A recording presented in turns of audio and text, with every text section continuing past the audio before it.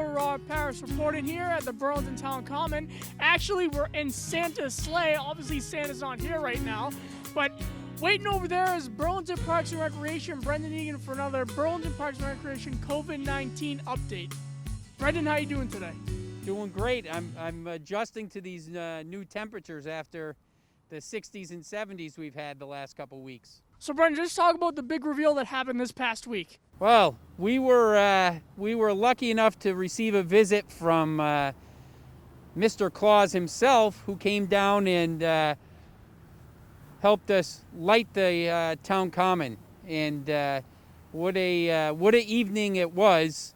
With the weather we got, but we wanted to make sure people knew that the town common was going to look as beautiful as ever this holiday season. So, Brendan, talk a little about the winter programs and special events coming up. So what we've done is take our typical programs that we do each year between Thanksgiving and in the end of the year, and tried to make them virtual as best as possible. So we've added a couple new ones as well. So coming up, we do have Breakfast with Santa this Saturday. It is a virtual Breakfast with Santa. We started the pickup of we have miniature pancake boxes from Stonewall Kitchen and some mini jugs of Vermont maple syrup from one of our vendors donated them to us. And so that's going on this Saturday. Starting this week, we've hooked up that line to Santa. So, Santa's been good about coming back and making some phone calls to residents of Burlington. So we have December 3rd, December 9th. We have phone calls to Santa or from Santa. And then this year we've added a virtual cookie decorating with Santa, which is next Tuesday. And our friends at Wegmans were gracious enough to donate the cookies and frosting and sprinkles, and those will be given out curbside pickup to our residents this Friday that have registered. And then we have story time with Mrs. Claus, and there's 4 opportunities to have a story with Mrs. Claus. A lot of times we forget about Mrs. Claus, but she's the one that keeps the jolly man jolly and keeps him nice and plump with her good cooking and baking.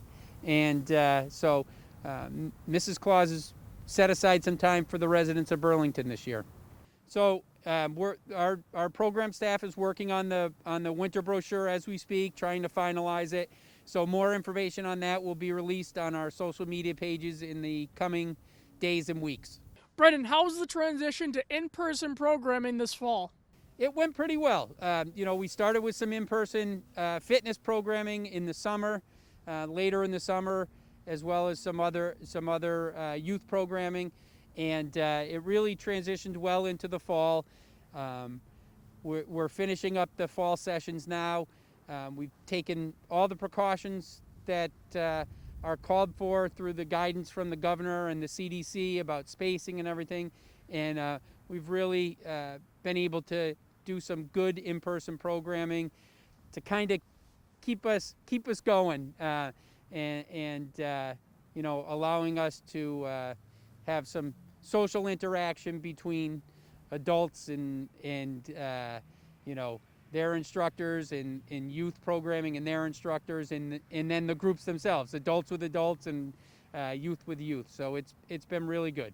So, Brendan, I see all the holiday lights here on the trees around the common. Just talk a little about the process of putting those up in general. Yeah, our maintenance division starts in October and starts testing all the bulbs and all the strands, and then they start, they're out here almost every day putting up lights starting then. There was a real push in the last week or so just because we had heard rumors that Santa Claus might be making a trip down to flip the lights for this year. And, it's not an easy task. There's a lot that goes into it, calculating the number of strands on each circuit and making sure the trees have enough strands in them and that they're colorful and festive. So they do a great job. And then, They also work on the town buildings along Center Street, Simons Park, and we even do some stuff down at the corner of Mall Road and Cambridge Street on Diorio Green there. So they're really all over making sure things are going right and get set up correctly. And they'll also be out there hanging the wreaths and garland and on all of the town buildings. So they do a great job.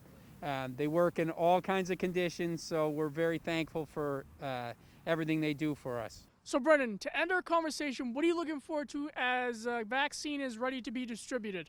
Well, I'm excited to hear that there's, 2 or 3 pharmaceutical companies that have some really positive results from their testing, and that vaccine could be right around the corner. So hopefully, that comes with some comfort for people that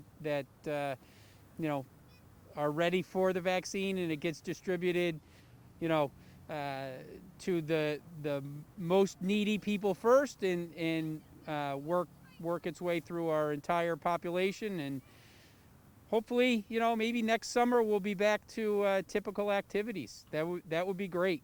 Well, Brendan, I want to thank you for coming on for another Burlington Parks and Recreation COVID-19 update. And I want to wish you and your family and everyone at the Recreation Department a happy holidays. Thank you. You too, and to all your co-workers and family at BCAT.